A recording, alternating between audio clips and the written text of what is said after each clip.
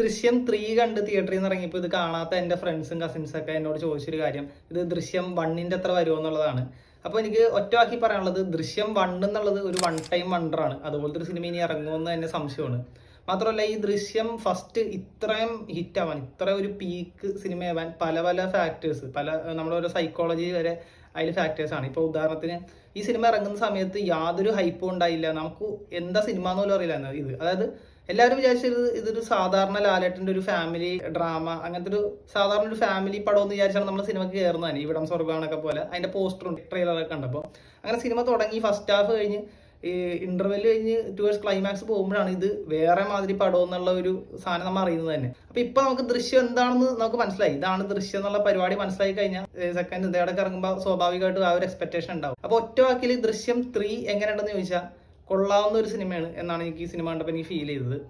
മാത്രമല്ല ഇതിൻ്റെ ഒരു പേസിങ് പറയുകയാണെങ്കിൽ ഇപ്പോൾ ദൃശ്യം 1 ഭയങ്കര ടൈറ്റ് ആയിട്ട്, അതായത് അതിൻ്റെ പേസിങ് ആണെങ്കിലും ഇപ്പോൾ ഫസ്റ്റ് ഹാഫിൽ നിന്ന് ടുവേഴ്സ് സെക്കൻഡ് ഹാഫ് വരെ ഭയങ്കര ടെൻസ്ഡ് ആയിട്ട് ഭയങ്കര ഇൻറ്റൻസ് ആയിട്ടാണ് അതിൻ്റെ പേസിങ് എങ്കിൽ ദൃശ്യം 3 ഇത്തിരി ഇങ്ങനെ വലിച്ചാണ് വെച്ചേക്കുന്നത്. അതായത് ഇങ്ങനെ കഥ ഇങ്ങനെ ബിൽഡ് ചെയ്ത് വന്നിട്ട് ഫസ്റ്റ് ഹാഫും കഴിഞ്ഞ് സെക്കൻഡ് ഹാഫും കഴിഞ്ഞ് അവസാനത്തെ ഒരു 30 മിനിറ്റാണ് ഇതിലെ ത്രില്ലർ എലമെന്റ്സ് ഇങ്ങനത്തെ പരിപാടികളൊക്കെ കിടക്കുന്നത്. പിന്നെ ഇന്റർവെൽ പഞ്ചിൽ ഒരു സസ്പെൻസ് ഉണ്ട്, അത് പറഞ്ഞ സ്പോയിലറാണ്.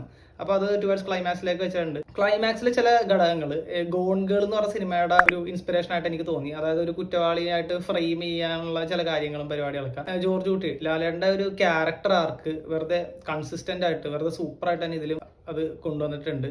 ദൃശ്യം 1 കണ്ടിട്ട് ഇപ്പോൾ അയാളുടെ ആ ഒരു ചേഞ്ച്, അയാളുടെ ആ ഒരു ക്യാരക്ടറിലും അയാളുടെ ജീവിതത്തിലും ആ വേൾഡ് ബിൽഡിങ്ങിലൊക്കെ ഉള്ള മാറ്റങ്ങൾ, കാലഘട്ടത്തിലെ മാറ്റമൊക്കെ ഇതിലും രാജാക്കാട് എന്ന് പറയുന്ന ഗ്രാമം അതൊക്കെ വളരെ ഭംഗിയായിട്ട് തന്നെ ഇതിലും കൊണ്ടുവന്നിട്ടുണ്ട്.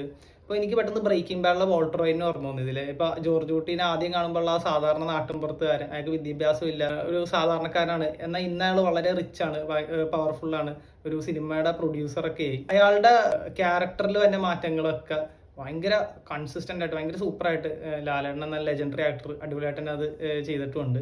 ഈ സിനിമയിലെ എല്ലാ ആക്ടേഴ്സും അവരവരുടെ റോള് വളരെ ഭംഗിയായിട്ട് തന്നെ ഇതിൽ ചെയ്തിട്ടുമുണ്ട്. അപ്പോൾ ഈ സിനിമ എനിക്ക് വളരെയധികം ഈ സിനിമ ഇഷ്ടപ്പെട്ടു. ഇതിൻ്റെ ഒരു ലെവൽ എന്ന് പറയുന്നതും ഈ സിനിമയുടെ ഇറങ്ങിയ ഓർഡറിൽ തന്നെയാണ്. അതായത് ദൃശ്യം 1, 2, 3 ഈ അശ്വന്ത് ഗോക്ക് പറയുന്ന പോലെ അങ്ങനെ തന്നെയാണ് എനിക്ക് ഫീൽ ചെയ്തത്.